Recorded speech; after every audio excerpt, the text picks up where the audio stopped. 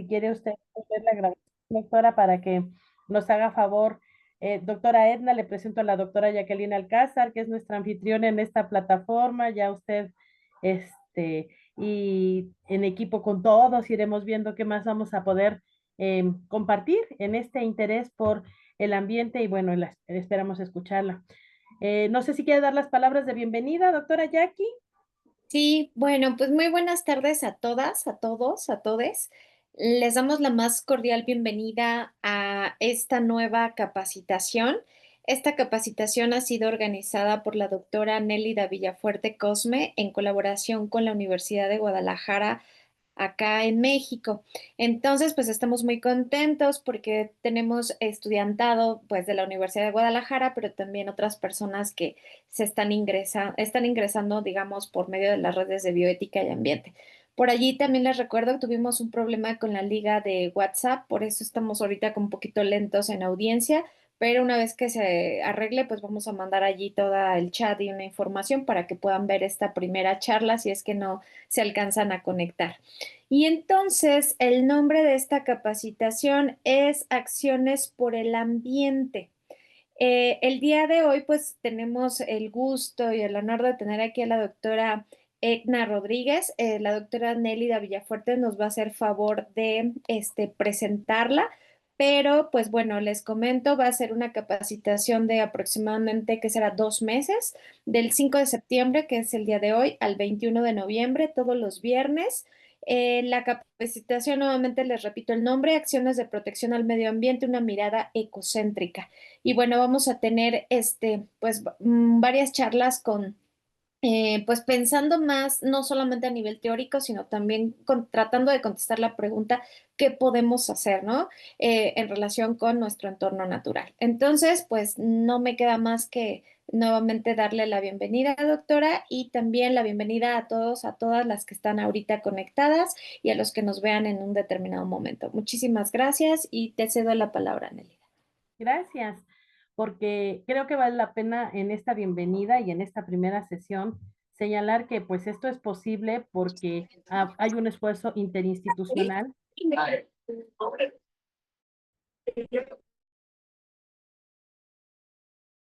Disculpa, Nelida, cerré micrófonos porque se estaba filtrando ruido. Sí, sí me di cuenta. Gracias, doctora. Eso le agradeceré siempre, porque ya ve que a mí me cuesta trabajo la tecnología en esa parte. Este esfuerzo interinstitucional empieza en la Universidad de Guadalajara, en el Centro Universitario del Sur. Tiene el apoyo de la doctora Jackie con bioética y ambiente en esta plataforma, en donde, aparte de CUSUR, también vamos a tener universitarios de Bogotá, porque la doctora Edna es parte de la Universidad El Bosque, también la doctora Tania, que tal vez en un momento se una con nosotros. Y bueno, la intención es eso, ¿no? Que no haya fronteras cuando pensamos en la importancia que tiene este medio ambiente y que independientemente de a qué nos dedicamos, tenemos un compromiso por este cuidado y por esta atención. Entonces, platicando con la doctora Edna, le decía, por favor, ayúdenos a entender esta solastalgia, que ya en un ratito nos hablará de ella, y que no nos quedemos solamente con esta sensación de esto le toca a alguien que no soy yo, sino al revés, ¿no? ¿Cuál es la postura que nos toca a cada uno de nosotros? Entonces, con toda mi gratitud, les voy a presentar a la doctora Edna Constanza Rodríguez Fernández. Ella es licenciada en Química y Biología por la Universidad Libre de Colombia. Es especialista en computación para la docencia por la Universidad Antonio Nariño, especialista en atención de riesgos profesionales del Consejo Colombiano de Seguridad, magíster en bioética por la Universidad del Bosque, doctorada en bioética en la Universidad del Bosque, docente del Departamento de Bioética en pregrado, especialización, maestría y doctorado de esta misma universidad y coordinadora del tercer semestre de la maestría. Así que lo que tenemos el día de hoy para abrir nuestra capacitación es a una persona muy comprometida con la bioética y el ambiente, pero sobre todo con la calidad de vida y es un excelente ser humano. Así que toda mi gratitud, doctora Etna, por haber aceptado esta invitación y es suyo el micrófono y si va a hacer presentación, también la pantalla para que pueda presentar. Y bueno, cámaras y micrófonos para usted. Ay, doctora Nelia, muchísimas gracias. Doctora Jacqueline, muchas gracias. A todos los presentes, muchas gracias. Es para mí una satisfacción enorme el poder compartir con ustedes este ratito de tiempo, eh, para el cual siempre estaré dispuesta. Entonces, no es sino, como dicen, vencer las barreras que nos pone la distancia utilizando precisamente todas estas técnicas que a mí también, doctora Nelida, me pegan duro. Sí, esto es un poco complicado, la verdad. Para quienes nacimos hace ya unos añitos, como yo les digo a mis estudiantes, ¿no? Ellos tienen la ventaja de que nacieron con el computador ahí al lado de la cuna. ¿Sí? Se lo regalaron en el baby shower, pues sí, nosotros no, entonces es muy difícil. Pero bueno, aprovechemos estas circunstancias eh, bonitas que nos regala la ciencia y la tecnología para podernos conectar y hablar un poquito de todos estos temas. Agradecerte siempre esta invitación y pues el interés por trabajar en el mundo de la bioética, que para mí es absolutamente apasionante, que nos llena la vida, que nos cambia la vida, que nos permite pensarnos las cosas desde otras formas de vista, desde otros puntos de vista, compartir con otras personas, porque pues la bioética es eso, ¿no? Es pluridisciplinar, es transversal a todas las disciplinas. Bueno, definitivamente es un lenguaje común, pienso yo, que podemos abordar para poder enfrentar de alguna manera la situación que estamos viviendo, que no es nada halagador. Entonces voy a permitirme compartir aquí la pantalla, a ver si soy capaz. Vamos a ver por aquí. Ustedes me dirán si la estoy compartiendo. Aquí presentación con diapositivas. Sí, doctora, ya la vemos y nada más si quiere ponerle presentación. Ah, perfecto. Ahí ya está, sí, Ya está. listo. Entonces, bueno, vamos a darle una mirada a estas acciones que ustedes magistralmente han colocado allí en nuestro post del seminario, acciones de protección al medio ambiente, una mirada ecocéntrica. Esto ya nos dice muchas cosas, ¿no? Cuando queremos hablar de este tema de bioética y ambiente, sin duda alguna tenemos que retomar muchísimos términos, ¿no? Uno podría pensar cuando se habla del ecocentrismo, bueno, ¿cómo es eso? ¿Qué es eso del ecocentrismo? O del biocentrismo, o del antropocentrismo. Son muchos centrismos, ¿verdad? Que tendríamos que empezar a definir de alguna manera. Y que me voy a permitir hacerlo desde un elemento que cita uno de mis autores preferidos, que es el doctor Jorge Reichman, al cual recomiendo muchísimo porque me parece que es un escritor brillante, es filósofo, matemático, poeta, que tiene muchísimos libros que hablan del tema, no de bioética como tal, porque él no es bioeticista, es filósofo moral, pero que nos hacen pensar en la bioética. Uno de esos libros, en uno de esos libros él hace un ejercicio que lo denomina la ampliación del círculo moral. Y entonces nos dice los seres humanos, tenemos varios círculos morales que hemos Doctora, ido perdóneme que la ampliando. interrumpa, perdóneme. ¿Está pasando la presentación? Porque solo No, estamos no viendo el señora, papel. Ah, ok. solamente estamos hablando ahorita de esta, Perdón, ya, perdón. Gracias, gracias. ok. Él nos habla de los círculos morales y nos dice los seres humanos iniciamos, cuando iniciamos nuestro proceso evolutivo, solamente pensábamos en cada uno, ¿cierto? Cada uno de nosotros como en el yo, como en la persona, bueno, en ese tiempo no pensamos en la persona, ¿no? Como en ese ser que estaba ahí viéndoselas con ese ecosistema y viéndoselas con esos otros que estaban ahí, llaman los compañeros de clan o de tribu, no sé, pero digamos que tenía una visión solamente de sí mismo, que tuvo que ir ampliándola para poder sobrevivir precisamente en ese ecosistema que seguramente no era nada fácil hace 140.000 años. Y entonces él nos dice ese círculo moral, él lo amplía de un círculo donde solamente estaba cobijado lo individual a un círculo un poquito más amplio donde cobijaba a ese grupo en el cual estaba. Y entonces al abrir un poquito ese círculo moral a su grupo, surge la cooperación, ¿cierto? Y entonces ya no solamente competimos en términos del que se adapte mejor y del que gane en la competencia, sino que ya empezamos a pensarnos en un grupo más grandecito, ¿verdad?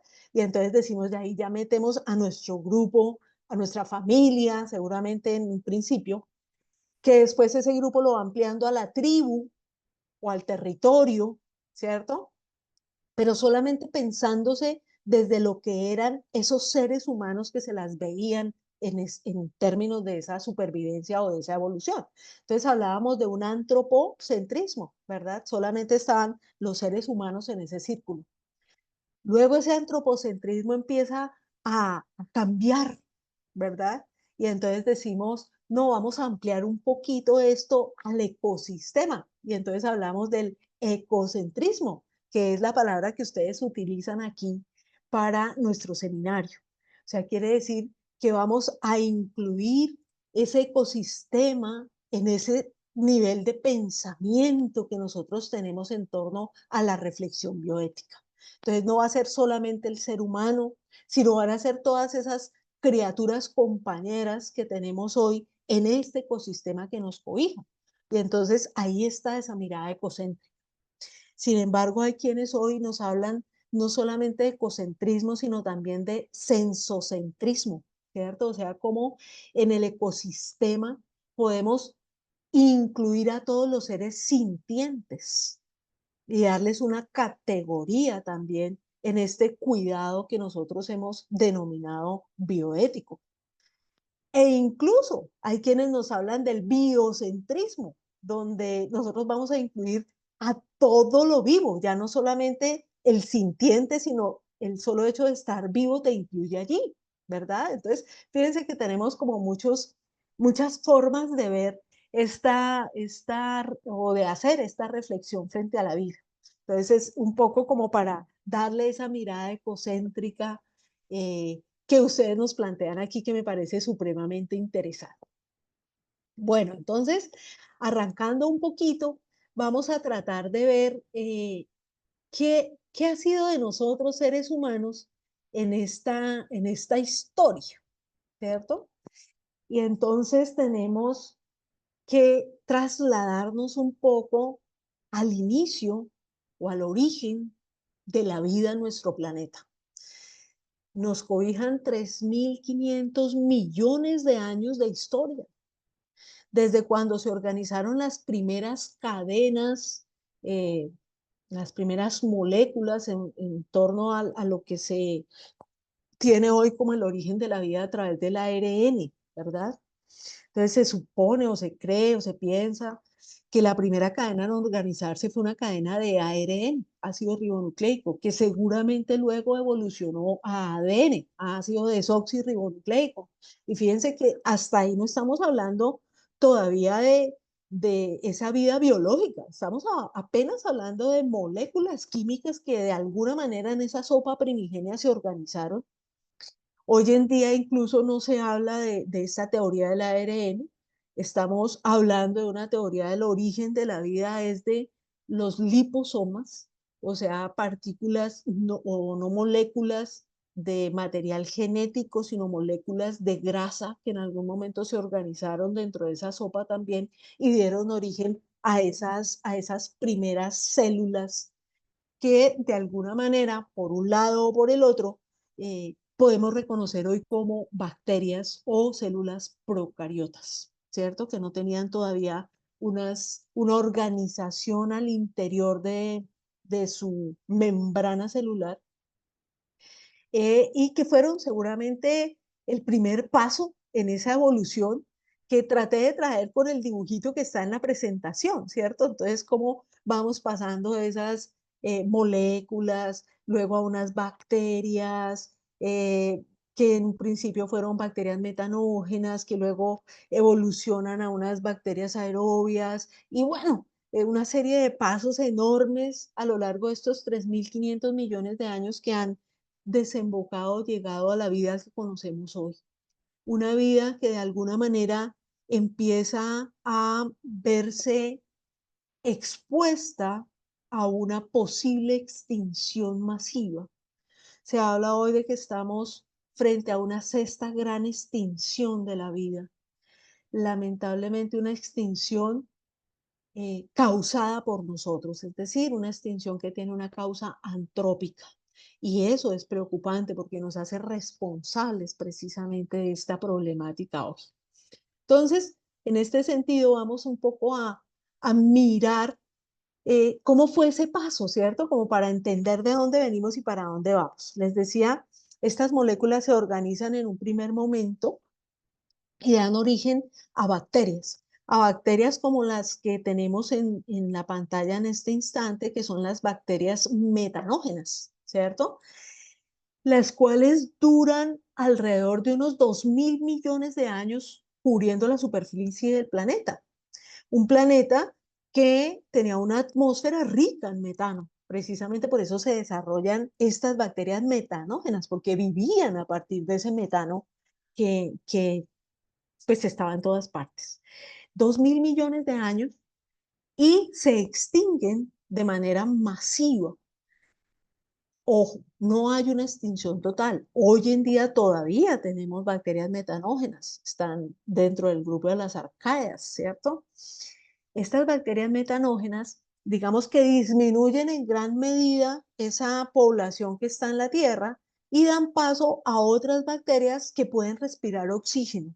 ¿Y por qué? Porque bajan los niveles de metano y suben los niveles de oxígeno atmosférico. Y entonces llegan esas bacterias que respiran oxígeno, bacterias aerobias, de las cuales venimos nosotros, ¿verdad? O sea que tuvo que haberse dado una gran cantidad de situaciones para que se empiecen a generar esos primordios que terminan siendo estos Homo sapiens de hoy, ¿verdad? Una segunda gran extinción masiva se da cuando cambian las presiones atmosféricas en esa tierra primitiva. Y entonces estas bacterias aerobias que dan origen a plantas y a animalitos, digamos, planos, porque había mucha presión atmosférica, cuando se hace la atmósfera menos densa, ganan volumen, pero se genera una segunda extinción masiva de la vida. O sea, fíjense que hemos ya pasado por dos extinciones masivas. Y luego vamos a encontrar otra tercera extinción masiva en el periodo cámbrico, cuando la gran cantidad de seres que poblaban el planeta eran básicamente insectos.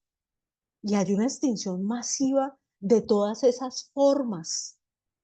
Quedan algunos, que son los que tenemos hoy por ahí rondándonos la vida. Esos insectos nos vienen de allá, del periodo cámbrico, de hace más o menos 500 millones de años. Entonces, fíjense cómo hemos pasado por otra tercera gran extinción. De esa extinción solamente sobreviven algunas formas, ¿cierto? Que evolucionan a un periodo en el cual la Tierra estaba bastante cálida, ¿cierto? Entonces, fíjense que también los cambios climáticos han sido cotidianos en tiempos de la Tierra. Hemos tenido momentos en que la Tierra está muy caliente, otros tiempos en que ha estado muy fría, las glaciaciones, los recordamos por esas películas que vemos, como por ejemplo la era del hielo, ¿cierto? Entonces teníamos glaciaciones. Llegamos a este periodo carbonífero que luego deriva en el Jurásico, donde había mucha humedad, mucho calor, entonces todas las formas eran grandes, eran plantas exuberantes, tenemos los helechos arborescentes, muchas personas los confunden hoy con palmas, y no, son helechos, son preciosos, ¿no? Y tenemos otro animalito que no nos gusta mucho, que nos viene de esa época, ¿no? Nuestras cucarachas vienen de allá, precisamente. Ni siquiera nos habíamos soñado todavía los seres humanos en esta historia y las cucarachas ya caminaban ramplantes por el planeta. Entonces, fíjense que realmente esto nos lleva a darnos cuenta que necesitamos apropiar un valor y es el de la humildad. Nosotros, seres humanos, apenas si somos unos recién llegados a esta tierra. Hay muchos que nos llevan miles de millones de años de antigüedad. Y si esto fuera como en el ejército, pues les deberíamos un poquito más de respeto, ¿no? Si tuviéramos una catástrofe nuclear masiva, sobrevivirían las cucarachas y no nosotros. Entonces, démonos cuenta también de todas esas cosas cuando tenemos que hablar de estas extinciones. Bueno, pasando rápidamente por ahí, llegamos a la última gran extinción masiva que tuvimos, que fue la de nuestros dinosaurios, ¿verdad? Dinosaurios que requerían de la luz solar para vivir, porque eran animalitos de sangre fría y entonces no se podían calentar sino con el sol. Cuando este asteroide choca por allá cerquita de la tierra de ustedes, ¿cierto? En Yucatán, se levanta una nube de polvo que tapa la luz solar. Y al tapar la luz solar, estos animalitos no pueden calentarse y por tanto se extinguen. ¿Quiénes sobreviven? Los que sí podían calentar su sangre, que eran los mamíferos de esa época, unos ratoncitos del tamaño de mi dedo, que vivían por allá en cuevitas para que no los comieran los dinosaurios. De esos ratoncitos venimos nosotros en ese proceso evolutivo. Entonces, 5 grandes extinciones llevan a que podamos nosotros de alguna manera surgir en el planeta en términos de esa evolución. Si no se hubieran dado esas extinciones y esos cambios de atmósfera, de presión, de temperaturas, seguramente, si no hubiera caído el asteroide, nosotros no estaríamos aquí contando este cuento. Con eso les quiero decir que la vida es muy frágil, pero siempre busca su camino. Que la vida, para los que sean creyentes, es un milagro fantástico, para los que no, una inmensa casualidad, pero es la vida que está ahí y debemos cuidar, porque han pasado muchas cosas para que se dé y sería terrible que se extinguiera en nuestras manos. Eso es algo que tenemos que pensar y que valorar. Y llegamos a nuestro momento en el tiempo, donde estamos viviendo una sexta gran extinción masiva de la vida. Si nosotros miramos las 5 extinciones anteriores, han sido por causas naturales, temperaturas, presiones, el asteroide. Esta tiene una causa antrópica, o sea, somos nosotros los que estamos generando esta gran extinción masiva de la vida. Y entonces esto nos pone ya en el proceso de reflexión al cual nos llama la bioética siempre. Cómo nosotros vamos a encarar, vamos a afrontar esas consecuencias, dónde está nuestro sentido de responsabilidad, ¿cierto? Como criaturas pensantes, racionales, que hemos logrado generar a través de procesos evolutivos ese sistema nervioso central que nos lleva a un proceso de razón. ¿Por qué traigo a colación aquí en la diapositiva estas ranitas? Porque los anfibios me parecen unas criaturas maravillosas.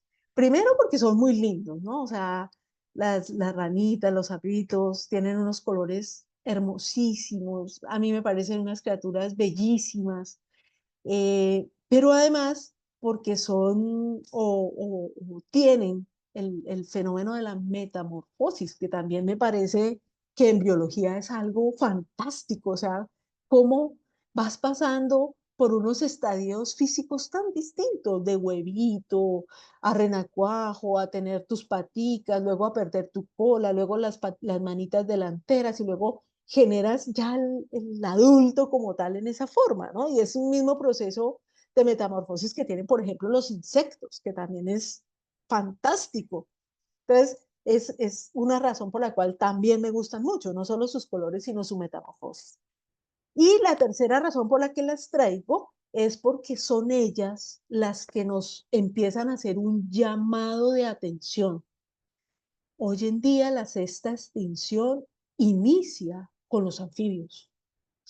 De hecho, nuestro profesor Arturo Liévano, que es otro profesor de bioética y ambiente aquí en nuestra universidad, él habla de estas criaturas como los muertos que caminan, The Walking Dead, ¿no? Como la famosa serie que hay por ahí. Porque los anfibios van a ser los primeros en extinguirse en esta época. Y eso es terrible. Es terrible porque ellos hacen parte de un ecosistema, hacen parte de unas cadenas tróficas que nosotros empezamos a alterar, que muy seguramente nos van a afectar a nosotros también. Entonces, si ellos se extinguen, nosotros también vamos en ese camino. Si tú tomas una cadena y le quitas uno de sus eslabones o dos de sus eslabones, estás dañando la totalidad de la cadena. La vida va a buscar caminos, pero de pronto no nos incluya a nosotros en ese camino. Y eso es algo para pensar si realmente queremos seguir contando este cuento, ¿verdad? Entonces, es un poco para darnos cuenta de lo que hemos hecho. Y entonces llegamos ya a hablar de este siglo XXI, el siglo en el cual estamos, que se ha denominado, por ejemplo, el siglo de la gran prueba. Jorge Riesman, que les comentaba, es uno de mis autores preferidos, tiene un libro maravilloso que se llama Simbioética. Se los recomiendo muchísimo, es un libro maravilloso. En este libro, él nos habla del siglo XXI como el siglo de la gran prueba. Y nos dice, nosotros seres humanos estamos abocados a una situación muy fuerte en la cual prácticamente tenemos 30 años para actuar. 30 años. Y el libro lo escribió en el 2015, si no estoy mal. O sea que ya no tenemos sino 20. Y esto es una situación que nos pone, como dicen por ahí, los pelitos de punta, ¿cierto? ¿Qué hemos hecho? Cuando observamos nuestra tierra y nos damos cuenta que el agua que tenemos en los océanos está completamente acidificada, que hemos alterado esos ecosistemas marinos, cuando vemos que el agua dulce cada vez es más escasa, cuando nos damos cuenta que nuestros glaciares se están derritiendo, cuando miramos hacia nuestra atmósfera y decimos, por Dios, la hemos llenado de gases de efecto invernadero y cada vez esta tierra se está calentando más y eso causa la extinción de especies, como nuestras raritas de las que estábamos hablando, pero también del oso polar, pero también de nosotros, porque en ese camino vamos. Empezamos a darnos cuenta que hemos generado una afectación enorme al sistema. Y entonces eso me lleva a la balanza que tengo ahí en la presentación.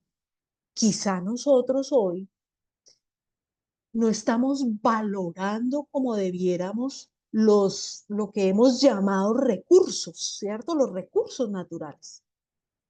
Es una palabra que tal vez no deberíamos utilizar, porque cuando nosotros hablamos de un recurso, pues estamos pensando que es algo que se puede utilizar porque está ahí, es un recurso, y nos damos cuenta que efectivamente los hemos utilizado al punto en que ya los hemos diezmado. O sea, cada vez tenemos menos recursos. Y entonces hablamos de la economía. Si ustedes se fijan en el otro platillo de la balanza está el dinero, ¿no? Yo siempre he dicho que no sé a qué hora nos inventamos eso. Creo que cometimos un error al inventarnos el dinero, pero bueno, no sé. Si lo utilizáramos como mecanismo de intercambio únicamente, bueno, diríamos que no hay problema, claro, tenemos que negociar, tenemos que intercambiar bienes y servicios, productos, y como medio de intercambio nos sirve. El gran problema es cuando monetarizamos todo. Y entonces hoy en día nos damos cuenta, por ejemplo, que la economía es un macrosistema, ¿cierto? Que eh, está en todas partes. Y vemos allá en mi diapositiva, les puse una manito, ¿no? Que es como manejando esas cuerdas del sistema, ¿cierto? Como que nos tiene como marionetas ese sistema económico y muchas veces actuamos solamente pensando en torno a ese sistema económico.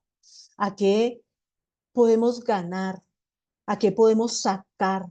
¿A cómo podemos seguir diezmando el recurso? Y entonces eh, empezamos a pensar que si realmente seguimos produciendo como hasta hoy, si ustedes se fijan, todo lo que producimos, los bienes o servicios, los sacamos de un recurso natural, entre comillas, ¿cierto? De ese recurso. Si el recurso se acaba, pues se van a acabar los productos, por Dios. O sea, estamos en un sistema finito, sin duda alguna. Entonces, no podemos seguir generando dinero de forma infinita porque viene a partir de recursos que son finitos.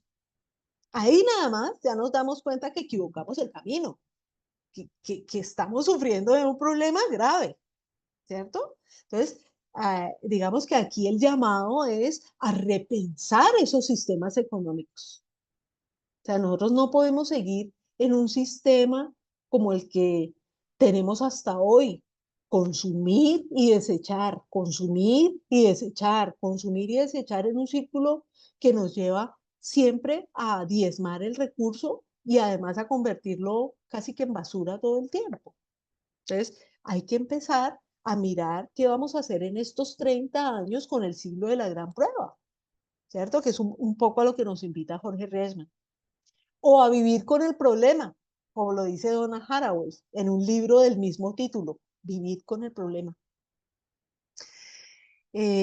Situación que sin duda es un reto a esos Homo sapiens que han desarrollado un grandioso sistema nervioso central, que deben sentarse a pensar y hacer una reflexión sobre su actuar, porque realmente estamos en un momento crítico. Yo pensaría que este siglo de la gran prueba también puede convertirse en el siglo de las consecuencias, consecuencias de todas esas tonterías y atrocidades que nosotros hemos hecho, porque sin duda es una tontería y una atrocidad generar bombas atómicas, por ejemplo, y probarlas en ecosistemas marinos, porque pensábamos que allá no pasa nada. Enterrar las basuras, ¿cierto? O dejarlas flotando en el agua, como las vemos allí. Y esta, lamentablemente, es una foto de un humedal aquí en mi ciudad, que es Bogotá, una ciudad que se encuentra rodeada de unos cerros hermosísimos por su costado oriental, que son unos colchones de agua, que lamentablemente hoy, siglo XXI, en el siglo de la gran prueba, tenemos que eh, pasar el agua que nos tomamos. Acá en Bogotá tenemos en épocas de verano racionamiento del agua potable. Cuando se supone que somos un ecosistema de páramo, porque Bogotá es fría, es una ciudad que se encuentra en el Alto Andino, donde deberíamos tener, si se me permite, agua de sobra. Pero dado que hemos hecho una mala gestión del ambiente, pues lo que tenemos hoy en día es una escasez de agua potable en épocas de verano muy fuerte, que seguramente en estos 30 años del siglo de la gran prueba se va a agudizar. Les decía, esta foto, tristemente, es un humedal, se llama el humedal de Jaboque, queda al noroccidente de la ciudad. Y como ustedes pueden ver, es una colcha de basuras, cuando un ecosistema de humedal debería ser un sitio sagrado, por Dios, que deberíamos cuidar terriblemente. Deberíamos generar una serie de proyectos para mantenerlo, porque no solamente es el agua, es la fauna, es la flora, es el ambiente que nos rodea. Miren, allá atrás están los edificios, la gente vive ahí, al lado del humedal que se ha convertido en un basurero. Y me imagino yo que esto no es solamente problema de Bogotá, debe ser un problema que se repite en muchos países. Seguramente si vamos a analizar la situación que ustedes tienen allá, encontraremos algo parecido. Entonces, son situaciones que nosotros seres humanos generamos, que lo llevan a uno a pensarse en por qué tomamos decisiones como las tomamos, ¿cierto? Piensen en esto. Hablar un poquito de economía. La gran cantidad de dinero que nosotros generamos, por ejemplo, para eh, investigación militar,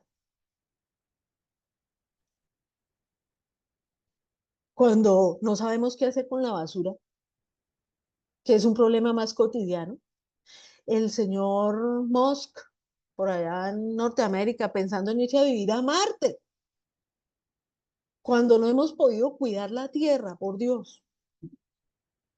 Entonces, nosotros a veces le damos prioridades a cosas que no son tan prioritarias, ¿no? Yo pienso que el ecosistema es un poco más, eh, debería ser una prioridad más para nosotros, ¿no? Entonces, esto lo llama otra autora que me encanta mucho, que es Corín Peluchón, dice, eso es el extravío de la razón, el olvido del otro. Lamentablemente, nosotros nos olvidamos de los otros y de lo otro. Como bien lo dice nuestra autora Corín Peluchón, es el extravío de la razón.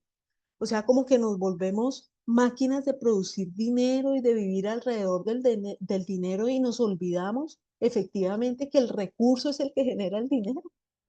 Y que si agotamos el recurso, pues seguramente no vamos a poder comer ni billetes, ni monedas, ni acciones, ni tarjetas de débito, ¿no? Porque hoy en día ya el dinero ni siquiera es dinero de papel o de monedas, sino son procesos electrónicos, que a veces uno piensa, se quedan como en el imaginario, ¿verdad? Como que no son tan reales.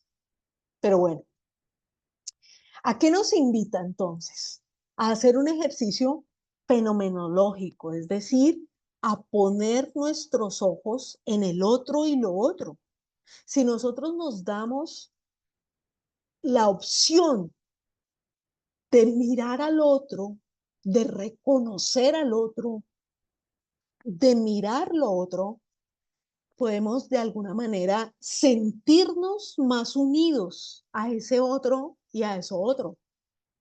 Yo siempre les digo, a veces el mundo de hoy nos lleva a, a ignorar, por ejemplo, un atardecer. Hoy no pude ver el atardecer porque tuve tanto trabajo que ni siquiera pude salir a la ventana a mirar cómo anochecía. Acá en Colombia está anocheciendo, ¿cierto? Tenemos ya un cuarto para las 6 de la tarde, ya está oscurito. Ahorita voy a tener que pararme para prender la luz para que no se vea esto tan oscuro. Pero fíjense que son cosas que a veces olvidamos. Extasiar nuestra mirada, aunque sea un minuto, en el atardecer, en una planta, en esa mascota que nos acompaña, en el agua que nos tomamos, porque eso nos une a, o sea, ese es el sentimiento que nos une a, que nos lleva a repensar, como dice aquí en nuestra diapositiva, la relación que hay entre la vida y la existencia, por Dios. No es solamente vivir, es existir, es el famoso Dasein, ¿cierto? De ese Dasein que nos hablan nuestros, nuestros filósofos. Es cómo le damos una razón a esa vida, a esa existencia. Y entonces, si nosotros somos capaces de ver esa belleza, también podemos ser capaces de ver ese dolor, ¿cierto? Y estoy hablando de ese otro y de eso otro que se ven lesionados por nuestras acciones. Corín Peluchón nos habla de esos seres que nadie llora. Y no estoy diciendo que se pongan a llorar sobre la hamburguesa que se van a comer, no, pero sí estoy diciendo que debíamos pensar un poco más de dónde viene esa hamburguesa que nos vamos a comer, porque ese otro, llámalo vaca o torete o novillo, no sé qué otro nombre le dan allá, doctora Nelly, al animalito. Sí, exacto, el mismo. Siente, es un ser sintiente, es un ser que sufre, que puede sentir dolor como nosotros. Y sin embargo, nosotros lo consumimos, ¿cierto? Y a veces lo criamos para consumo y no de la mejor manera. De pronto lo mantenemos estabulado, lejos del medio natural, de pronto quizá en el maltrato, no sabemos. Entonces, fíjense porque esto nos lleva a pensarnos en muchas cosas, ¿cierto? Claro, tenemos que comer, y ese es uno de los factores que nos llevan al consumo de los animales, claro. Pero tenemos que pensar un poco en cómo estamos produciendo esos animales que necesitamos para vivir, para consumir, ¿cierto? No es lo mismo, yo no sé si allá se habla de las gallinas felices. Yo les cuento que acá en Colombia se habla de las gallinas felices. Ay, llegó Tani. Se habla de las gallinas felices, ¿no? Son gallinas que no se crían entre una jaula, sino se crían al aire libre. Entonces son libres de jaula. Entonces pueden estar al aire libre, comen distintas planticas, animalitos, tienen sus hijitos, sus pollitos. O sea, tratan de vivir en un entorno natural. Permítanme un segundito, voy a prender la luz acá.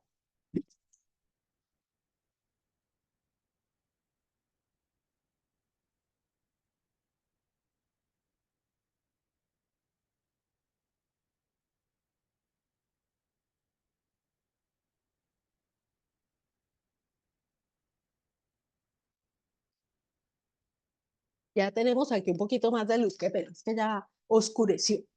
Entonces, fíjense que estos seres de los cuales nos habla Colín Peluchón, de los seres que nadie llora, pues deberían hacer parte de nuestra reflexión.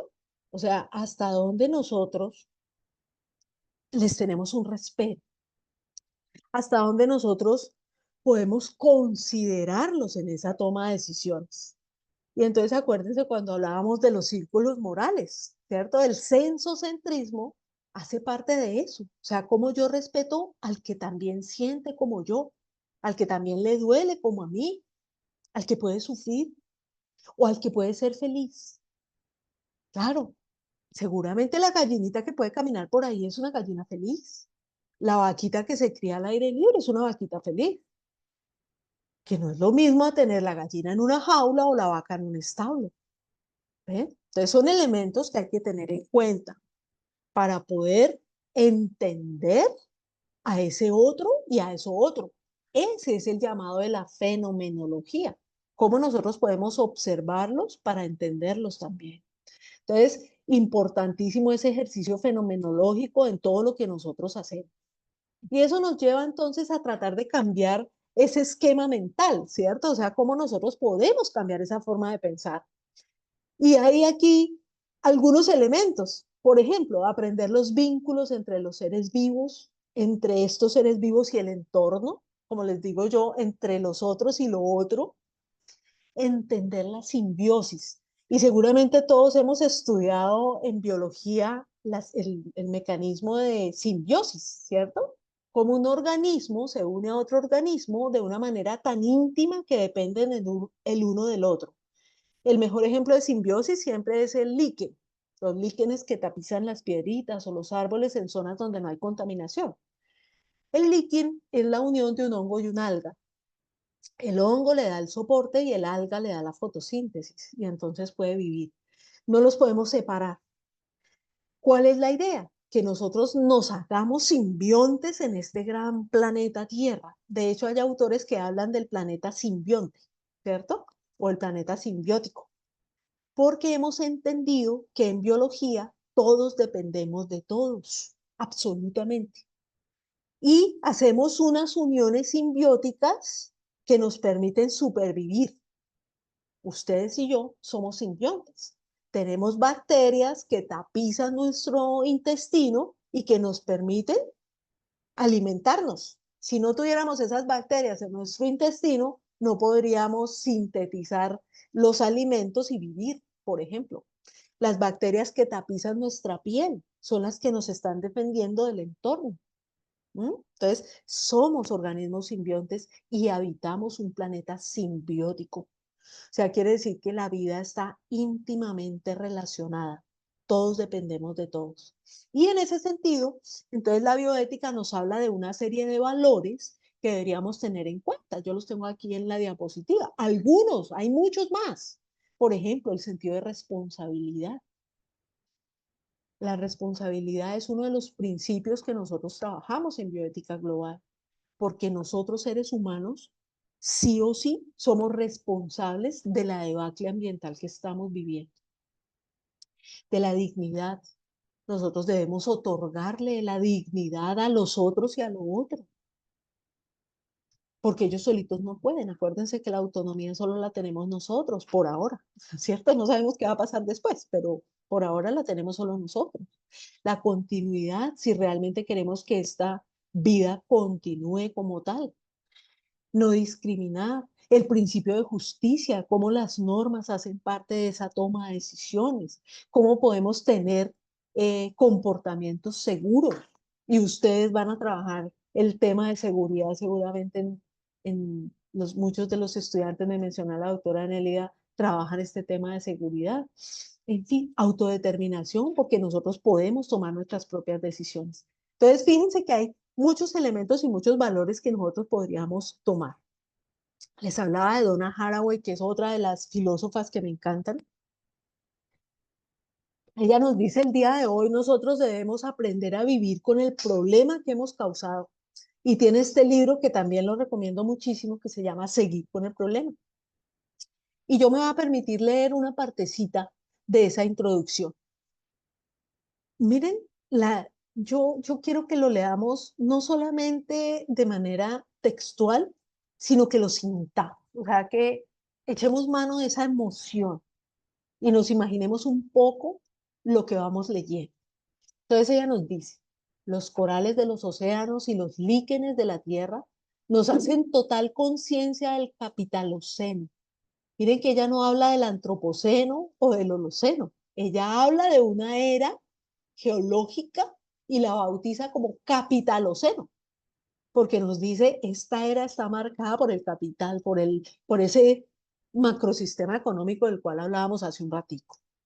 Nos hace total conciencia del capitaloceno en el que la minería en aguas profundas, la perforación de los océanos, el fracking y la construcción de oleoductos en los delicados paisajes nórdicos cubiertos de líquenes son cruciales en la acelerada desconfiguración corporativa, transnacionalista y nacionalista del mundo. Pero los simbiontes de líquenes y corales nos llevan también al interior de los tejidos legendarios del Dezzo Chuluzzeno actual, dice ella. El Chuluzzeno es como ella bautiza esa época de poshumanidad. Y esta es una frase que ella trae a colación como, digamos, derivada de esa comunidad que se forma en el producto del capitaloceno, digámoslo así. Entonces, en el Chuluzzeno actual, donde aún es posible jugar un juego, todos somos líquenes, podemos unirnos a la transformación metabólica para vivir y morir bien, dice ella. Y eso me parece a mí fantástico, porque es uno de los elementos a tener en cuenta. Quizá ya no podemos reversar el cambio climático, pero podemos acostumbrarnos o adaptarnos a esa nueva situación.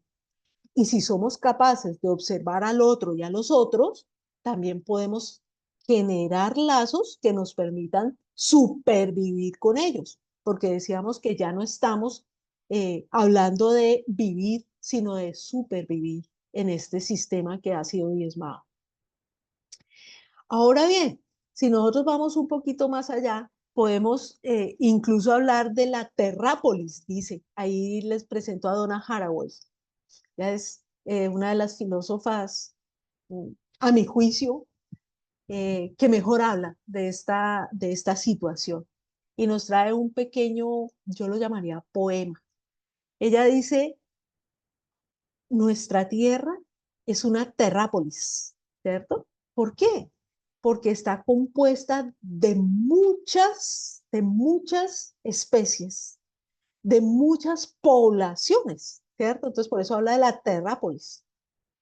Dice, es abierta, mundana, indeterminada y politemporal. Es una quimera de materiales, lenguajes e historias. Es para las especies compañeras juntas en la mesa. Fíjense, todos juntos. No poshumanas, sino compost. Cuando uno habla del compost, habla del abono, ¿cierto? Bueno, ese compost es la mezcla de todas esas especies compañeras que vamos a hacer el abono para la vida que viene. Entonces, fíjense qué hermoso esto que nos dice ella. Es un sitio para compañías inesperadas. Es una ecuación para guma, para humus, para suelo, para la arriesgada infección continua, para epidemias de problemas comprometedores, para la permacultura. Es un juego de responsabilidad. Y miren cómo habla de la responsabilidad, la divide, ¿cierto? Responsabilidad, la habilidad de responder por lo que hemos hecho. Eso es lo que nos está diciendo. Entonces, Donna Haraway sin duda es una de las llamadas a participar en este modo supervivencia. Y entonces en el modo supervivencia tenemos que tener en cuenta estas posibilidades que se nos ciernen hoy, ¿cierto? Sabemos que el problema económico es un problema mm, vital, ¿cierto? Hay que atenderlo en primer lugar.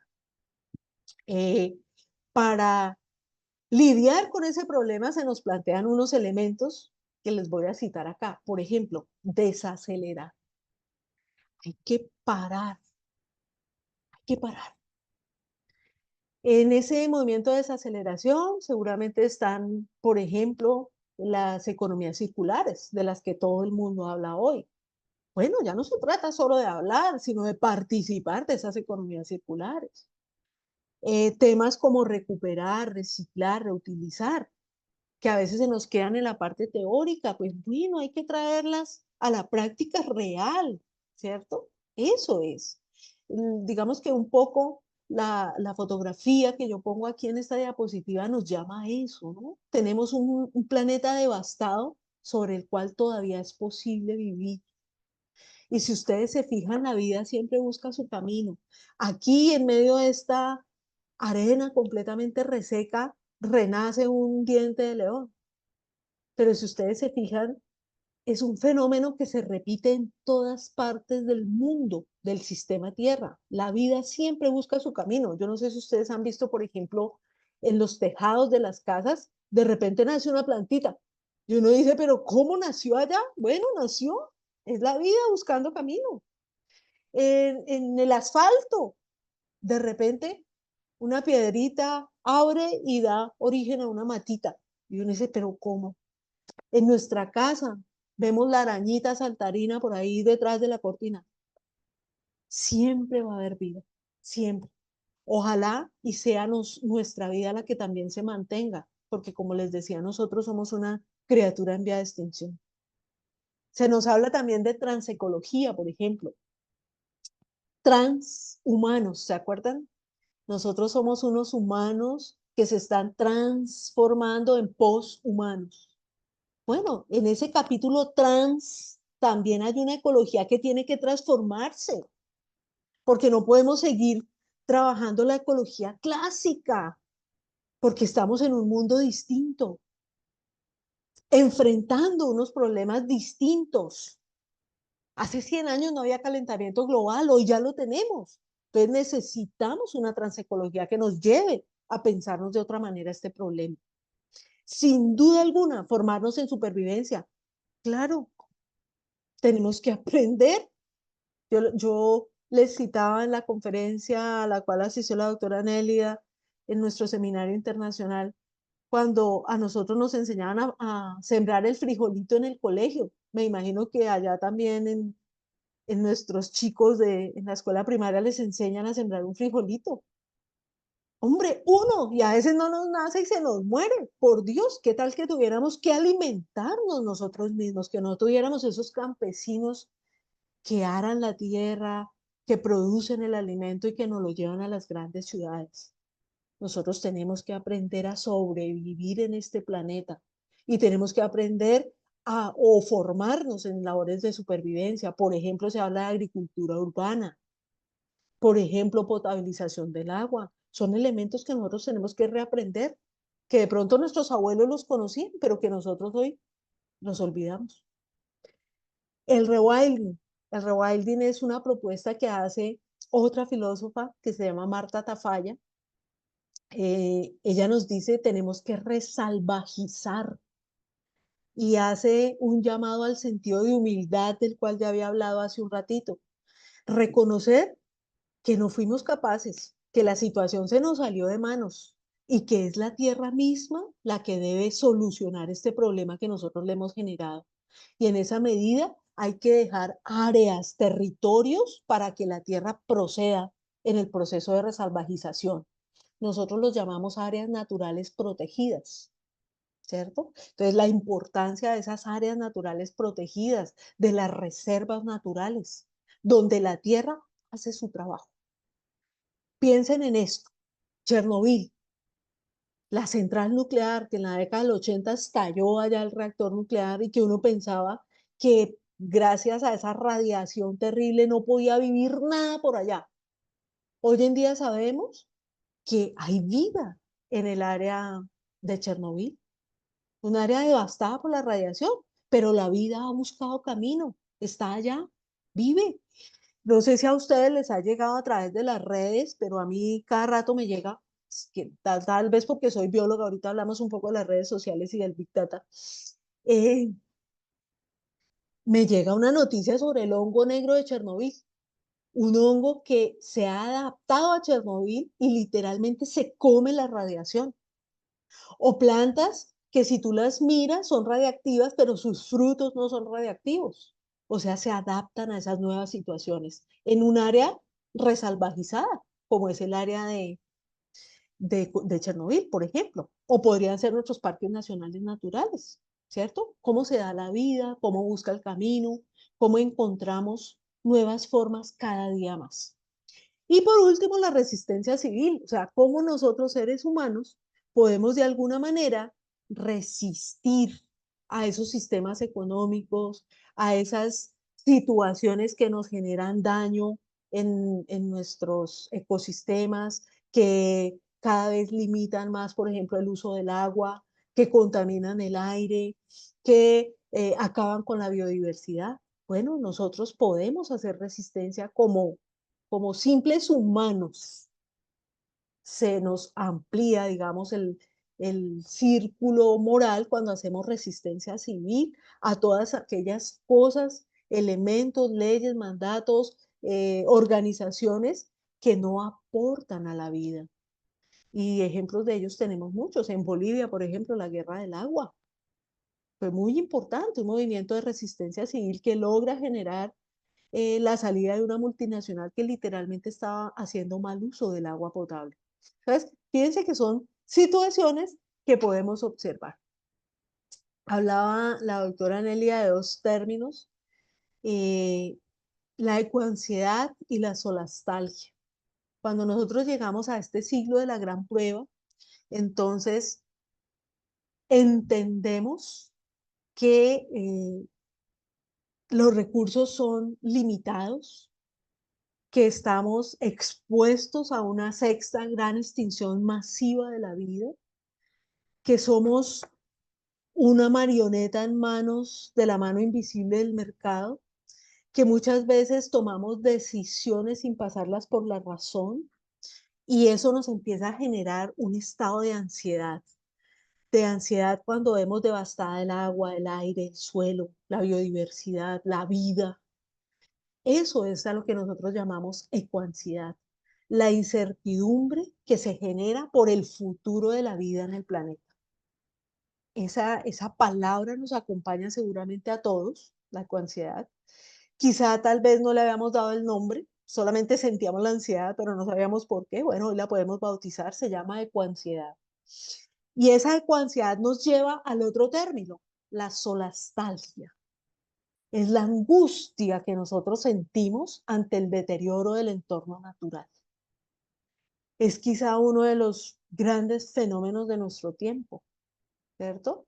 Empezamos a sentir no solamente con ansiedad, ya sentimos nostalgia, porque ya nos damos cuenta que hay fenómenos irreversibles. El calentamiento global nos genera solastalgia. Hay angustia, no sabemos qué vamos a hacer. La contaminación creciente del agua nos genera solastalgia. Esa angustia por la guerra. Acuérdense que se nos dice que la próxima guerra va a ser una guerra del agua o por el agua, ¿cierto? Entonces, son elementos que nos llevan a pensarnos en estas cosas. Por ejemplo, ese océano inmenso, indeterminado, que hemos acidificado. Millones de toneladas cúbicas de agua irremediablemente afectadas. La atmósfera convertida en el sumidero de gas carbónico, metano, hidrocarburos, óxidos de nitrógeno, azufre, bueno, una cantidad de sustancias que han desequilibrado esa delicada esfera. Suelos degradados que para producir requieren sustancias que ya no contienen. Microflora y microfauna que ya no está presente. Producen, pero no de forma natural. Requieren cócteles químicos para generar alimentos, que además se pierden porcentajes considerables. Los humanos mueren de hambre, pero diariamente botamos, desechamos toneladas de alimentos. Eso es algo que no logramos entender. Yo solo puedo sentir solastalgia del planeta en el que nací y moriré, pero que claramente no es el mismo en este pequeño lapso de mi existencia. ¿Cuántas existencias más soportará la vida conocida? Es uno de los problemas que me aterra, ¿no? Viene a mí la bioética a recordarme el ejercicio reflexivo que debemos hacer, la responsabilidad, mi responsabilidad, la necesidad de incorporar la humildad biosférica que lleva a tener consideración por el otro y lo otro, a reconocer su valor intrínseco y a constituirse en garante de sus derechos. La bioética nos hace ese llamado. Nosotros somos garantes de los derechos del otro y de los otros, porque ellos son valiosos en sí mismos, porque cada existencia le está aportando valor a la vida. Entonces, en ese sentido, yo quisiera compartirles, no sé si tengo tiempo, doctora Nelia, compartirles un poquito el problema de toma de decisiones que a veces también ignoramos. Sí, por favor, con Ok, mucho gusto entonces, escuchamos, claro.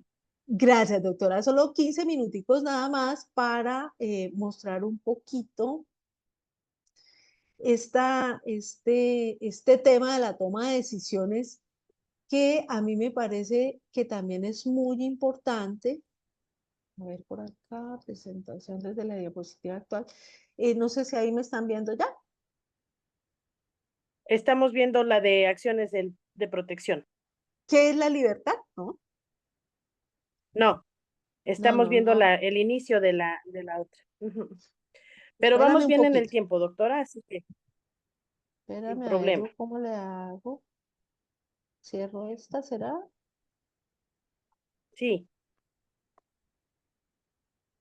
para que le deje abrir la otra. A ver, dame un segundito.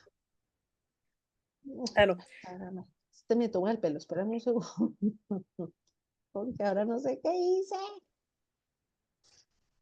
A ver, achiquemos yo creo esta. que abriendo su otra presentación que nos va a compartir y la vuelve a compartir como la anterior.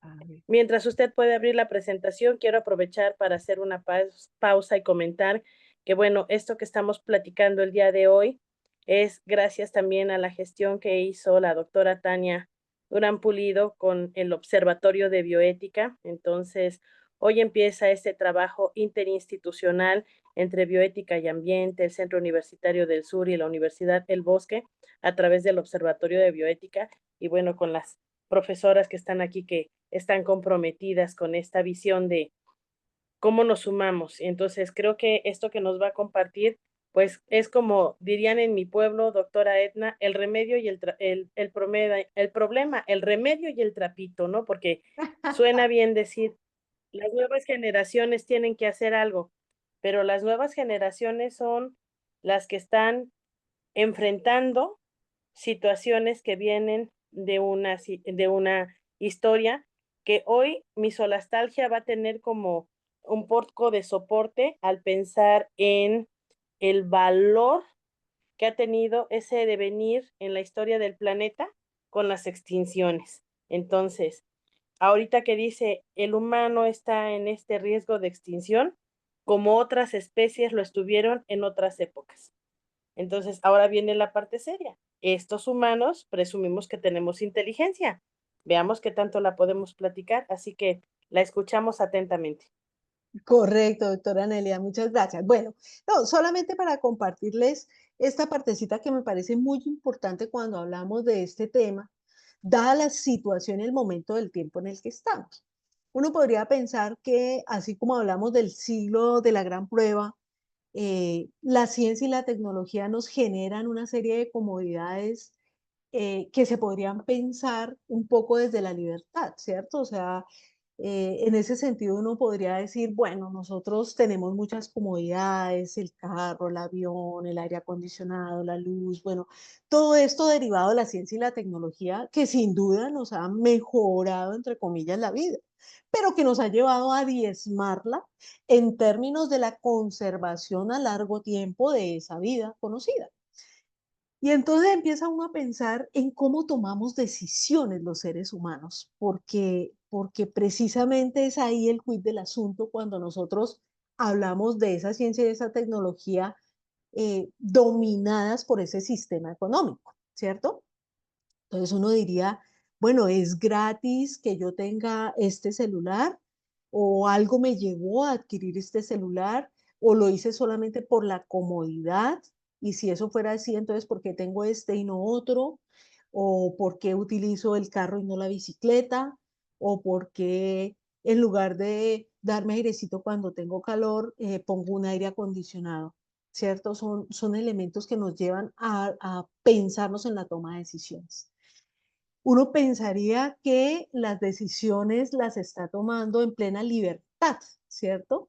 Y quizá uno tendría que remitirse a la definición de esa palabra, ¿no? Para saber si realmente estamos o no siendo libres en este momento del tiempo, ¿cierto? Entonces, ¿qué sería esa libertad? Pues quizá actuar bajo la propia libertad, bajo la propia voluntad, sin restricciones y asumiendo las responsabilidades de nuestras decisiones. Uno podría pensar en resumir esa definición de esa manera. Entonces, la pregunta aquí es si realmente nosotros seres humanos estamos siendo libres. ¿Cierto? O sea, si realmente estamos actuando por voluntad propia o algo nos está obligando a actuar de una manera determinada. Entonces uno empieza a pensarse cómo toma decisiones, cómo nuestro cerebro toma decisiones, ¿verdad? Y entonces viene uno a traer a colación lo que en bioética llamamos la agencia moral, ¿cierto? O sea, cómo yo tomo una decisión frente a algo, teniendo en cuenta si es el deber ser o no, ¿cierto? O lo que otros podrían llamar el bien o el mal, si es bueno o malo. ¿Mm?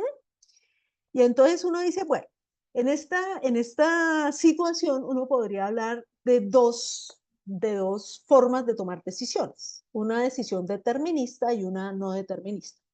Entonces vámonos con la determinista. ¿Qué nos dice el determinismo? Que el futuro obedece a un estado presente del sistema. Algo determina que las cosas pasen. Entonces, uno podría decir, si fuera creyente, que achaquémosle la culpa a los dioses, ¿cierto? Ellos tienen la culpa de lo que nos pasa. O otros diríamos, no, no, no, la culpa la tiene el sistema económico. Ah, sí, es determinista, o sea, ya le estamos asignando esto a alguien o a algo determinista.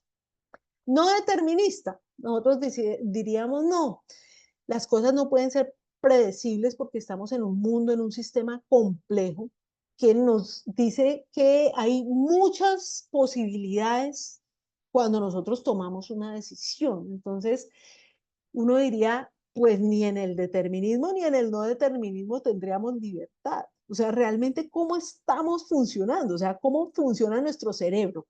Entonces vamos a mirarlo aquí en esta pequeña diapositiva como para tratar de entender. Si nuestro cerebro fuera determinista, nosotros estaríamos acá arriba. A más B nos da C, punto. A sumado a B determina que tengamos un resultado C. Cuando estamos en el no determinista, voy a volver aquí para que se vea a poquitos, ¿cierto?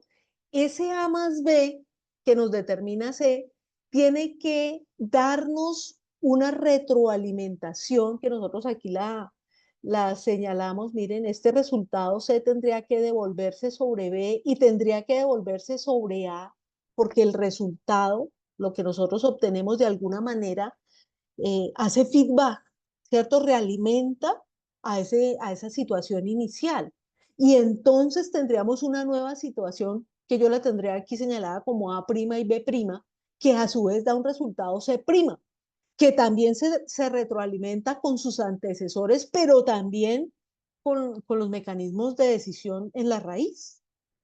Y entonces miren esto, ese nos daría un 2', A2', B2', C2', que a su vez también se retroalimenta. ¿Cómo lo diríamos sin tantas líneas? Miren, cuando nosotros tomamos una decisión de A más B igual a C, estaríamos hablando de un deseo de primer orden. Primer orden, automático, completamente, diríamos, obedece a mi instinto. Me dieron ganas de tinto, me lo tomé, punto, ya. Deseo de primer orden, un deseo sensual. Solamente la gana, el deseo me llevó a tomar ese café. Si yo retroalimento esa situación y digo, son acá en Colombia, las 6:20 de la tarde y me estoy tomando un tinto, no voy a poder dormir. Mejor ya no me lo tomo. Estoy haciendo la segunda retroalimentación, mírenla acá. Es el deseo de segundo orden o sentir racional. Ya no obedeció al instinto únicamente, sino que mi decisión se vio mediada por la razón. Si yo sigo tomando tinto hasta ahora, no voy a dormir. Entonces mejor no me lo tomo.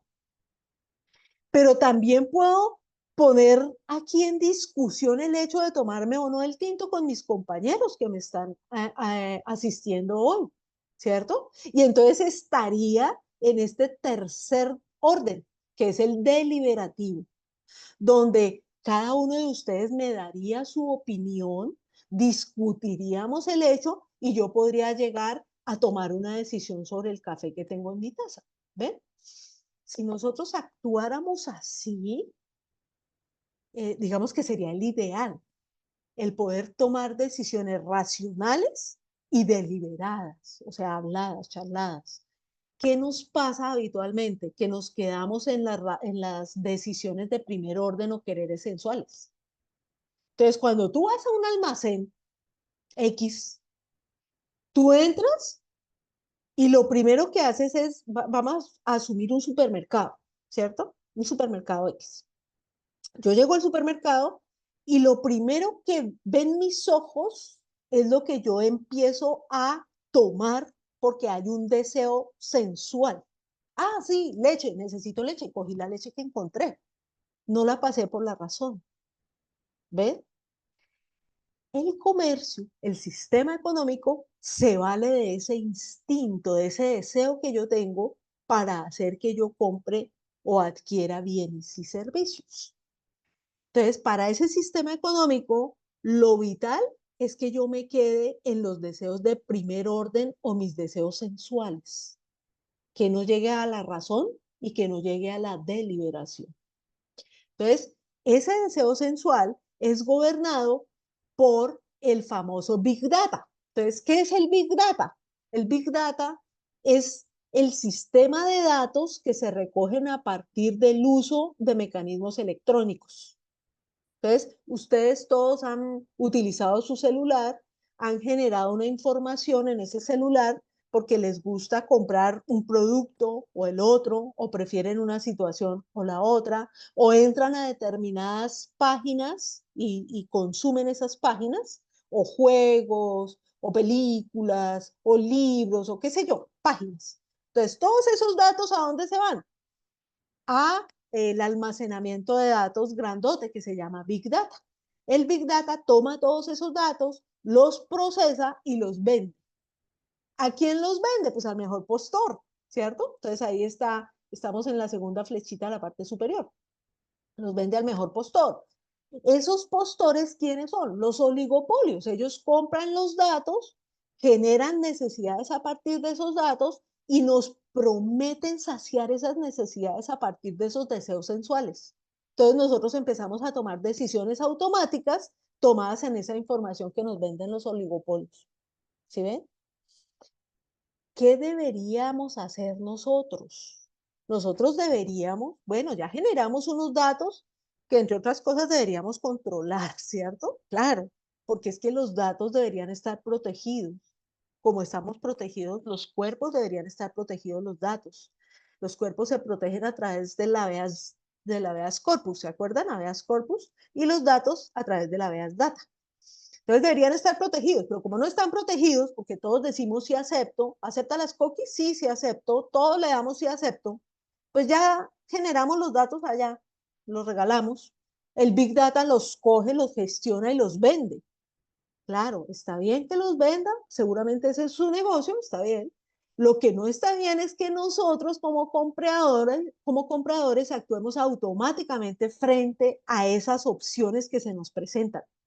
Entonces, lo ideal aquí es que nosotros hagamos primero un ejercicio de razón y luego un ejercicio deliberativo para poder entrar en ese mercado. Y entonces, eso sería otro elemento que sumaría a la toma de decisiones en las situaciones en las cuales estamos nosotros. Por ejemplo, cuando hablábamos de la economía circular, ¿sí? Claro, voy a decirlo desde aquí, pero qué sé yo, mi camisa. Yo ya no voy a utilizarla más porque ya está muy viejita, pero yo puedo ingresarla a una economía circular. Todavía otra persona puede usarla. ¿Yo por qué no la dono en un banco de ropa? Claro, que otras personas puedan acceder a eso que yo ya no voy a utilizar. Hay bancos de ropas, hay bancos de alimentos. ¿Por qué no participar, por ejemplo, de eso? Entonces, fíjense que son formas de lidiar con el problema que nosotros tenemos que se genera a partir de esta situación con las comunicaciones, con el comercio de datos, que es nuestro famoso Big Data. Y Ah, es otra de las maneras de tomar decisiones en el mundo hoy. otro ejemplo Entonces, es solo, por ejemplo, algo que se volvió muy de moda, que fue lo de los Ángel, bazares. dale la ¿quieres palabra, opinar, Ángel? Sí, Sí, sí, es que no te oímos claro. Ajá, te oímos, Ángel. que un ejemplo es algo que se volvió muy en tendencia, que fue lo de los bazares, basándonos en el ejemplo que mencionó la representante de lo de la ropa. Yo tengo varias amistades que se dedicaron a hacer bazares y era una manera de reutilizar la ropa y no darle como una segunda vida, una doble visibilidad. muy bien, Ángel, fíjate. Y esas son cosas que podemos hacer con todo, no solamente con la ropa. Yo siempre los invito a que hagan el mismo ejercicio. Lleguen a casa y miren qué tienen en su casa y qué tanto de lo que tienen usan, qué tanto de lo que tienen realmente sirve para algo, ¿cierto? Y ese es el mismo ejercicio que debemos hacer cuando vamos a mercar, cuando vamos a comprar algo, cuando vamos a mironear almacenes. ¿Realmente yo necesito eso que voy a comprar? ¿O simplemente lo estoy comprando porque sí, por moda, porque simplemente llegaron a mis sentidos y me obligaron a hacerlo, pero no lo pasé por la razón, ¿cierto? Y ese es uno de los elementos con los cuales nosotros deberíamos de alguna manera lidiar con esta situación tan difícil en la que estamos, donde el mercado lo media todo, ¿cierto? Entonces, era un poquito lo que quería compartirles hoy en relación con esto, pues, de la toma de decisiones, doctora Nelia. Entonces, yo creo que hasta aquí la presentación. No sé si abrimos el debate. Cuéntame qué hacemos.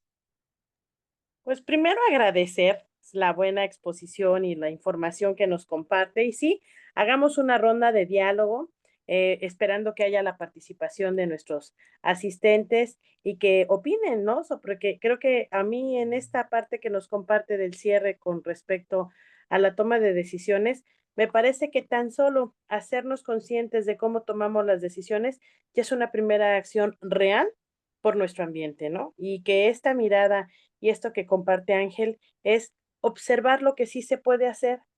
Ya estamos en una realidad, creo que los planteamientos que nos ha dejado el día de hoy para arrancar este trabajo para saber cómo vamos sumando estas acciones por el planeta, empezaron por aceptemos que esta es nuestra realidad, pero también aceptemos que no es uno solo el que puede dar la solución. Entonces, en la medida que cada uno vaya queriendo aportar su propio esfuerzo en este camino, pues entonces qué bueno que la bioética nos permite hacer estas reflexiones, ¿no? Para que podamos de verdad hacer algo eh, que contribuya, empezando por nuestra propia subsistencia. Creo que es válido, pero no dañando la subsistencia del mismo planeta, ¿no? Entonces, si quisieran, la propuesta sería que levantaran sus manos para que la doctora Jackie, que está administrando la sesión, pueda abrirnos los micrófonos. Si alguien quiere hacer alguna pregunta o comentario, este es el momento.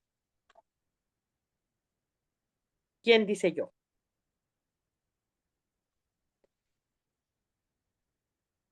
Es que es nuestra primera sesión, todavía no entramos tanto Están en muy confianza, ¿verdad? tímidos, están tímidos. Están tímidos. Doctora Nelia, no sé, su merced nos había hablado de una pregunta para registrar asistencia. ¿Quieres que la pongamos en el chat? Sí, por favor. Ok, vamos a ver yo cómo puedo hacerlo por acá. En el chat, perfecto. Entonces voy a digitar aquí una preguntita chiquita para que vayan respondiendo en el chat y ahí vamos registrando asistencia. Sería muy bueno, ya después ahorita que cerremos, casi cuando cerremos la sesión, también les voy a dar el token.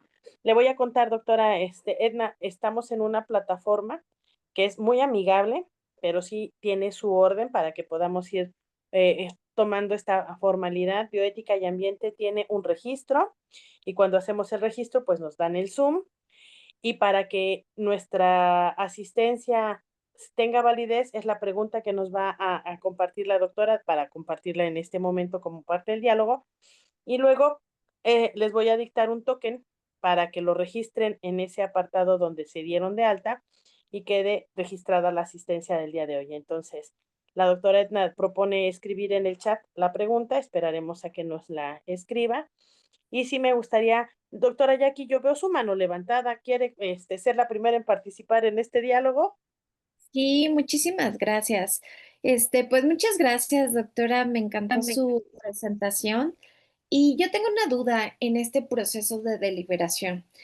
Em, ¿Qué tanto entran nuestras emociones a la hora de tomar estas decisiones no deterministas, ¿no? Porque según entiendo, la cuestión, al menos ética, la tradición que traemos ha sido completamente racional, ¿no? De tomar decisiones a más B igual a C, etcétera, ¿no? No obstante, sabemos que por allí un filósofo que se llama Baruch Spinoza ya introducía como estos temas sensibles o con la sensibilidad y las emociones. Pero es hasta el siglo XX cuando empieza este auge de las éticas ambientales, animales, la bioética y todo esto. Entonces recuperamos la cuestión emocional también para hablar de ética y bioética, ¿no? Entonces, ¿cómo introducimos nuestras emociones? Porque también no se trata de que desbordemos, ¿no? Mencionaba como esta parte de la admiración hacia la naturaleza, el detenernos, y a veces también a mí me parece un poco delicado porque si lo dejamos tan abierto, suele pasar que creemos que abrazar un árbol es suficiente para amar y respetar a la naturaleza. Y sabemos que tampoco es así, o sea, no está mal abrazar el árbol y sentir una conexión, pero también es cierto que no es suficiente. Ahora, también tenemos, por ejemplo, acá en México, y supongo que también alrededor de los países en Latinoamérica y en otras partes del mundo, bueno, esta idea, estos activismos sobre plantar árboles, ¿no? Como que es muy común escuchar el plantar árboles, pero también si no tenemos el conocimiento sobre qué tipo de especies plantar, en vez de generar una cuestión adecuada, una situación adecuada respecto a eso, pues generamos otro problema y terminan incluso muriendo estas especies de árboles que luego plantamos. Entonces, eso nada más es lo que me gustaría comentar y preguntar. Sí, doctora, claro, muy interesante y muy importante tener en cuenta eso. Yo pienso de manera personal que el componente educativo es vital cuando nosotros hablamos de estos temas.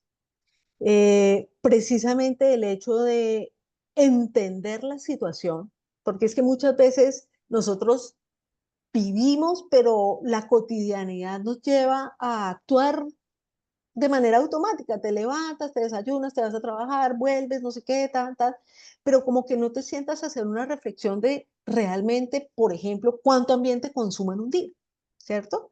Y ese es un ejercicio que debemos hacer de la mano de la persona o del sistema educativo que nos cobija.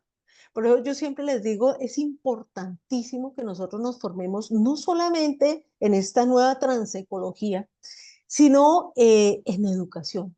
Nosotros somos agentes educativos primarios siempre. Entonces, ¿cómo enseñamos? Enseñamos con el ejemplo, enseñamos desde lo técnico, desde lo emotivo, tú lo has dicho, es una manera de enseñar.